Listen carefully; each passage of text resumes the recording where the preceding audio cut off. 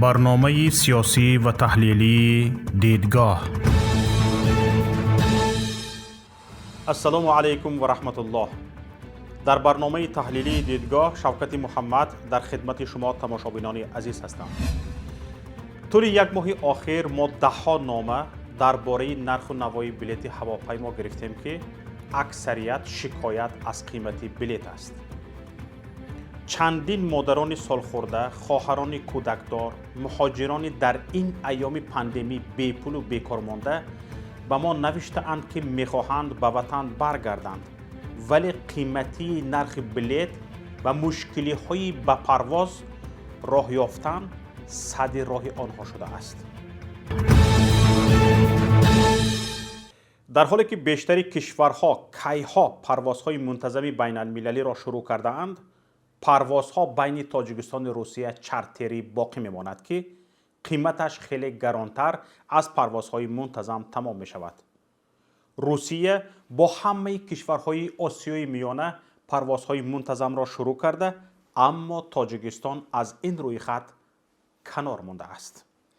پروازهای چارتری شرکت خصوصی سومان ایر که با شعار غلغله‌دار بازگردانی هموطنان به کشور شروع شد، نه تنها گرانترین پرواز در جهان بود، بلکه تا حال چنین باقی مانده است. حالا شرکت روسیه‌ای اورالسکی اویلینی اجازه پروازهای چارتری را به دست آورده، گویا رقابت در بازار شروع شده است، اما قیمت پروازها همانا گرانترین در منطقه و یکی از گرانترین ها در جهان می باشد. چند ماه است که موضوع قیمت بلیط یکی از داغترین موضوعات در شبکه‌های اجتماعی تاجیکی باقی میماند و در این باره به ما می نویسند. سؤال اصلی این است که چرا قیمت پرواز به تاجیکستان 2-3 برابر از ازبکستان و قرقیزستان بالاتر است و چرا حکومت در این سمت چاره نمی اندیشد؟ این قیمت ها باعث شدند قسمی از مهاجران تاجیک توسط فرودگاه‌های دو کشور همسایه سفر کنند، اما بنابر مشکلات کرانتینی نه به همه میسر می شود توسط این کشورها سفر نمایند. قیمت بلیط پرواز به تاجیکستان میدانید چقدر است؟ از $450 شروع شده تا $900 می رسد. با پرواز توسط همسایه کشورها مهاجران حداقل $100 صرفه یعنی اکونوم میکنند. بنابراین در هر پرواز به آش و بشکک، سمرقند و تاشکند آنها کوشش میکنند که توسط اینها سفر کنند، توسط هواپیماهای کشورهای همسایه و یک کمی هم باشد پول خود را صرف نمایند.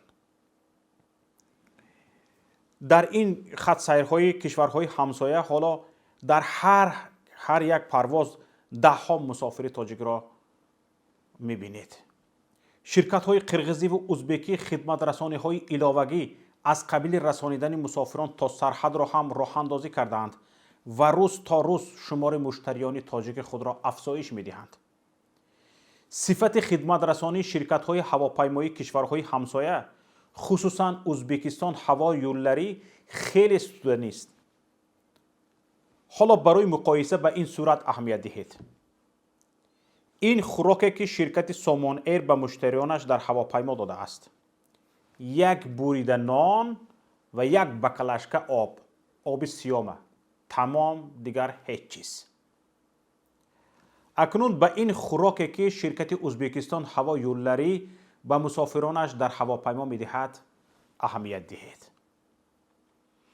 Посмотрим, как кормит Хаваюллары, да?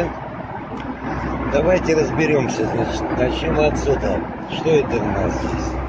Колбаска какая-то, ветчина, там еще колбаса. Так, это салат. Так, что у нас там? Кетчуп, майонез, конфитюр. Так, масло сливочное, сыр какой-то, да, плавленый, так. Потом, что это у нас? Арахис, а это курага. курага. Это самса, я уже почти съел ее. Так, булочка. Значит, что здесь у нас? Ага, ананасы. Ананасы нарезаны. А здесь у нас медовик, что-то типа медовика. Так, и это второе. Ну скажите, это реально съесть тому человеку столько? Да? Я уже все съел. Съел почти Половину съеден. половину можно съесть. Вот так кормит авоюллары узбекские авиалинии. Молодцы. صفت بلند خدمترسانی با نرخ ارزان. شما تماشابینان گرامی کدامی را انتخاب میکنید؟ صفت پست خدمترسانی با نرخ قیمت یا صفت بلند خدمترسانی با نرخ ارزان؟ البته همه صفت بلند را طلب میکند و کوشش میکند که نرخش ارزان باشد. حالا این شرکت سامان ایر حتی به مارکتینگ صرف هم نمی رود. خدا خواهد راه ها سرحد ها که کشاده شد نمیدانم به هواپیمای سامان ایر کی مراجعت میکند و از او کی بلیط میخرد و کی با این هواپیما پرواز میکند. یک چیز ناگفته نماند که بخش از مسافران تاجیکستانی حین برگشت از روسیه سفر مرکب و دور و دراز را انتخاب میکنند. مسکو، استانبول، آش و سپس با ماشین اسفره و خوجند. قیمت حتی این پرواز راه طولانی از پرواز مسکو خوجند 140-150 دلار ارزانتر تمام می شود. بیرحمی را بینید، بی انصافی را بینید. اما آنهایی که از تاجیکستان میخواهند پرواز کنند نمیتوانند با چند سبب از فرودگاه های کشورهای همسایه استفاده کنند. بدیهی کار همینجا است. یکی از سبب هایش این است که روسیه هنوز به ورود شهروندان تاجیکستان به استثنای چند گروه اجازه نداده است. چیز دیگر، ورود شهروندان تاجیکستان به قرقیزستان هم قاعده های خود را دارد که دسترسی به آن نه به همه میسر می شود و چندان آسان نیست. یک مسئله دیگر این است که با وجود سازشنامه کشاده شدن سرحدها با ازبکستان هم طلبات خود را دارد و سفر ترانزیتی تاجیکان را تنها یک طرفه با راه هوایی اجازه می دهد. تماشابینان گرامی، مقامات تاجیکستان گرانی قیمت بلیط را به 3 سبب ربط می دهند. قیمت پروازهای چارتری از پروازهای منتظم گرانتر تمام می شود میگویند. مسافران تنها به یک سمت پرواز می کنند، بنابراین از طرف دیگر هواپیما خالی می رود که به قیمت بلیط تاثیر می کند میگویند. چیز دیگر، طبق قاعده های نوی ضد اپیدمی هواپیما می تواند همگی 60% پر باشد که این ارزش بلیط را بالا می برد. این دعوای نمایندگان سامان ایر است. اما واقعیت چیز دیگر است. شاهدان حال، نفرانی که حتی از تاجیکستان پرواز کردند میگویند خواهشمندان با مشکلی بلیط خریداری میکنند، چون که خواهشمندان پرواز خیلی زیادند. همچنین جایهای خالی در هواپیما دیده نمی شود. اما چرا تا حال روسیه نمیخواهد پروازهای منتظم با تاجیکستان را برقرار کند و کشورهای همسایه هم در کشادن سرحدهایشان شتاب نمی کنند؟ چرا؟ به اندیشه کارشناسان یکی از سببهای اصلی این مشکل آمار بر دروغ مقامات درباره وضع کرونا ویروس در کشور است.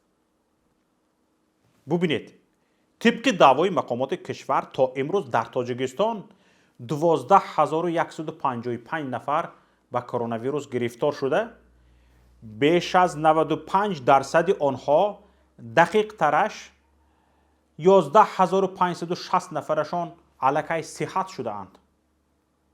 یعنی در تمام تاجیکستان حالا همگی 600 نفر بیمار یعنی گرفتار به کرونا ویروس وجود دارد و خلاص.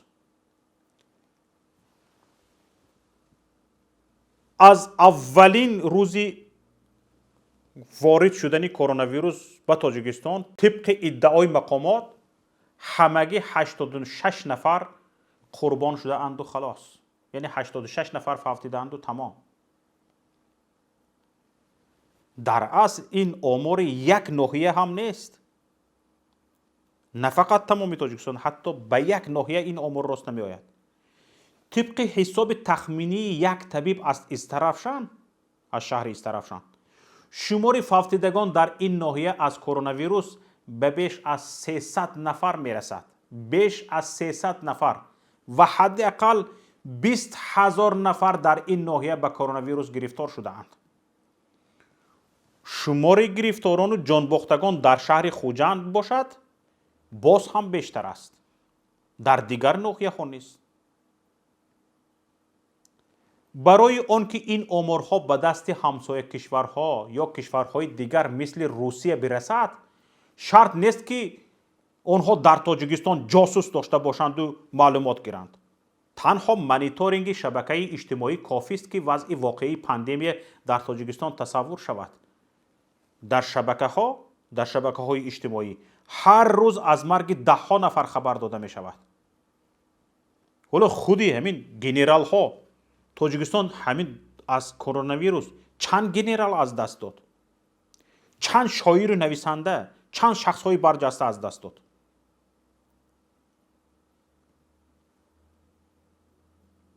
همه این مانیتورینگ می شود. اینها بغیر از خودشان دیگه همه را گساله حساب میکنند.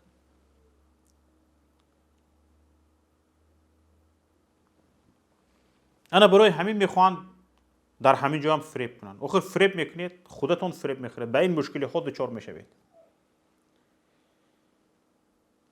طبق معلوماتی که ما به دست آوردیم، تصمیم روسیه تنها به آمار دروغ جانب تاجیکستان بستگی ندارد. حالا فقط این هم نیست، فقط آمار بر دروغ تاجیکستان هم نیست.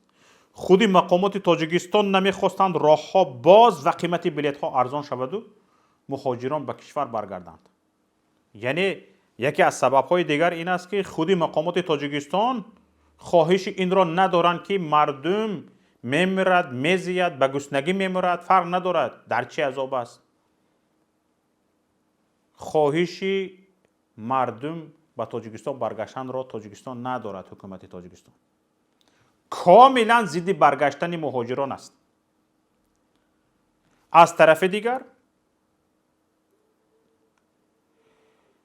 اگر نگاه کنیم، یکی از سبب‌هایش این است که خصوصا در معرکه انتخابات حکومت تاجیکستان نمیخواست که مردم گروه فوج به تاجیکستان برگردند، چون آنها دست و پا خورده می شدند، از این می ترسیدند. از طرف دیگر سامان ایر که بنابر به دادر عروسی رئیس جمهور تعلق داشتنش تأثیر زیاد در تصمیم گیری های مقامات هویت‌سانی و حتی حکومت دارد، منفیت دار بود که پروازهای منتظم به تاجیکستان برقرار نشوند، چون این شرکت تا چند روز قبل یگانه شرکتی بود که مهاجران تاجیک را با پروازهای چارتری میکشاند و هر قیمتی را که دلش میخواست مقرر میکرد. برگشتن پروازهای منتظم چند شرکت روسی و تاجیک ایر را برمیگرداند و تنها 30-40% مسافران به سامان ایر میرسید و خلاص.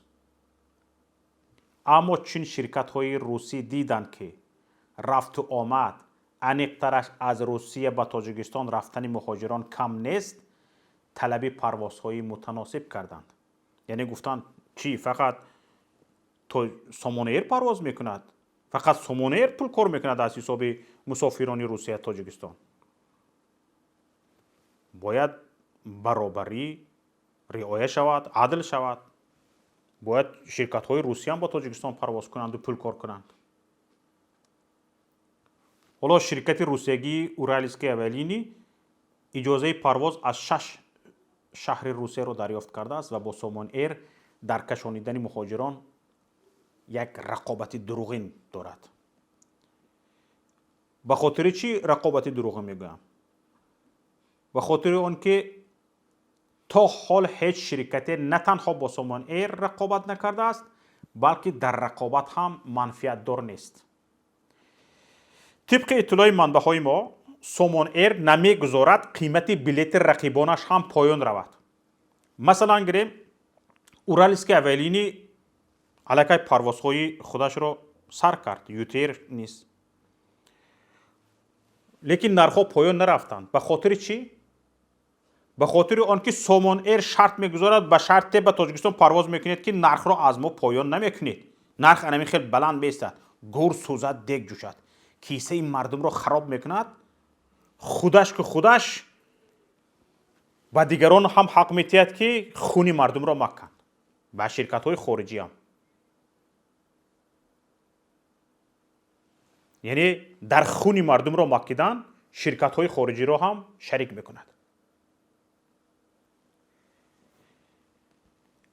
با همان تاثیری که به مقامات اویاسیونی شرکت سومون ایر دارد، این شرکت دادن اجازتنامه به شرکت های کشورهای دیگر را با مشکلات دچار ساخته تا حد امکان طول میکشاند.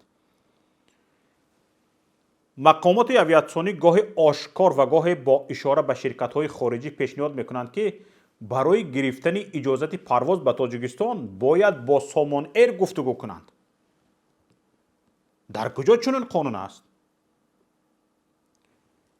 در گفتگو شرط اساسی سومون ایر این است که قیمت بلیط ها باید پایین نروند. طبق قاعده های بین المللی، نه سومون ایر حق دخالت به کار مقامات اویاسیونی دارد، نه شرکت های خارجی موظف به گفتگو با شرکت محلی هستند و نه مقامات اویاسیونی حق رد درخواست شرکت خارجی برای پرواز متناسب را دارند. در صورت پیش آمدن این گونه مشکلی ها، شرکت های خارجی آن را توسط حکومت هایشان حل می کنند. اما پیشنهادی در یک سطح نگاه داشتن نرخ از طرف سومون ایر برای آنها، برای شرکت های خارجی هم فایده آور است. چی فرق دارد؟ پس نکن گفت پس نمی کنند. طلبات هست، هرچند غیر قانونی محسوب می شود و آنها زود به این راضی می شوند. یعنی سبب اصلی گران بودن قیمت بلیط های شرکت های هواپیمایی خارجی هم انا همین سومون ایر است. انا همین سومون ایری اولاد رئیس جمهور. تا بسته شدن پروازها، یعنی تا همین پاندمی کرونا ویروس، این شرکت همگی 30-35% بازار را در دست داشت. یعنی از گرانی قیمت بلیط همین مقدارش را می گرفت و 65-70% پول مهاجران و دیگر ساکنان تاجیکستان به کیسه شرکت های خارجی می رفت. برای همین 30% خودش این شرکت 100% مهاجران را مجبور می کرد که میلیون ها دلار به شرکت های خارجی درآمد دارند و از بودجه خانواده اشان کمتر کنند. تنها به همین شرط. اهمیت داده ایستاده تماشابینان گرامی، یک شرکت وطنی که به عائله رئیس جمهور تعلق دارد، رئیس جمهوری که میباید در غم ملتش باشد، در غم مردمش باشد، خصوصا در غم مهاجرانی که نانآور ملتند، این جنابشان رنگ دزد و غارتگر، فقط دو چشمشان در کیسه مهاجر، اون هم باشد یک قسمش به کیسه خودش رود، پروا ندارد که یک قسمی زیادی این به کیسه خارجیان می رود. یعنی از خانه خراب شدن ملتش، از خانه خراب شدن شهروندانش پروایی ندارد.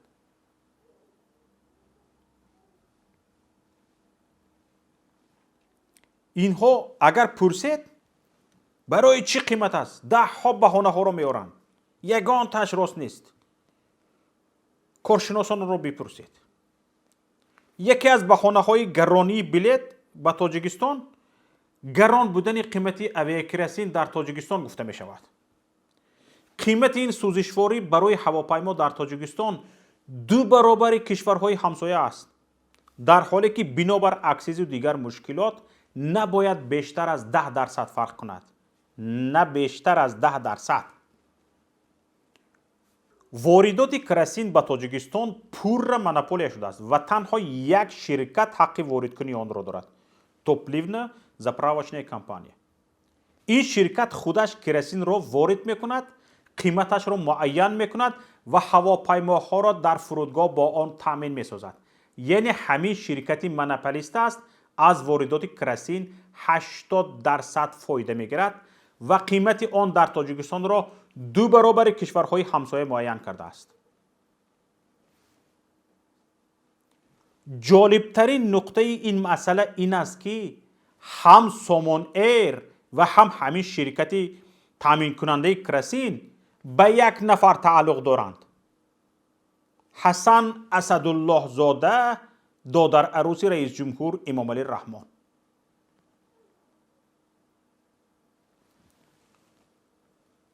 هم شرکت هواپیمایی هم شرکت تامین کننده سوزشواری به یک نفر تعلق دارد. کی را فریب میکنید؟ طبق معلومات منبع‌های ما، در اصل اکثر بیزنس های بزرگ حسن، دادر عروسی رئیس جمهور، به شخص خودی امام علی رحمان تعلق دارد و حسن تنها اداره کننده آنهاست. تا چند سال قبل همین حسن را کیسه امام علی رحمان می گفتند. اکنون تماشابینان گرامی، شما بگویید که سبب بالاترین قیمت در جهان را داشتن پرواز به تاجیکستان کی است؟ خودتان قضاوت کنید. با همین برنامه امروزه دیدگاه به نهایت خود رسید. امیدواریم برنامه‌های دیگری رادیویی ما و مطلب‌های ما را پیگیری می‌کنید. هر کی آماده همکاری با ماست و یا ملاحظه و پیشنهادی دارید، لطفاً به رقمی که در نوار می‌بینید زود تماس بگیرید. ما برای اصلاح و پیشرفت خود هر یک ملاحظه و پیشنهاد شما را استفاده می‌کنیم. در حالتی به ما رسانیدن معلومات مهم، مخفی نگاه داشتن حیثیت شما کفالت داده می‌شود. در حفظ الله بمانید. خیر تا روز دیگر.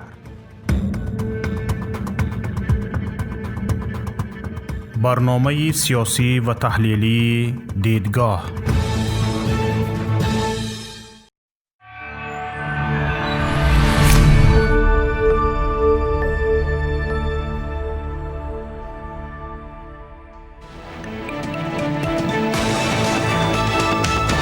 رادیوی پیام، در فضای سیاست صدای جدید. رادیوی پیام، علم، فرهنگ، نوید. رادیوی پیام، مشورت، بحث، گفت و شنید. در تمام دنیا روی رسانه اینترنتی رادیو پیام نقطه نت.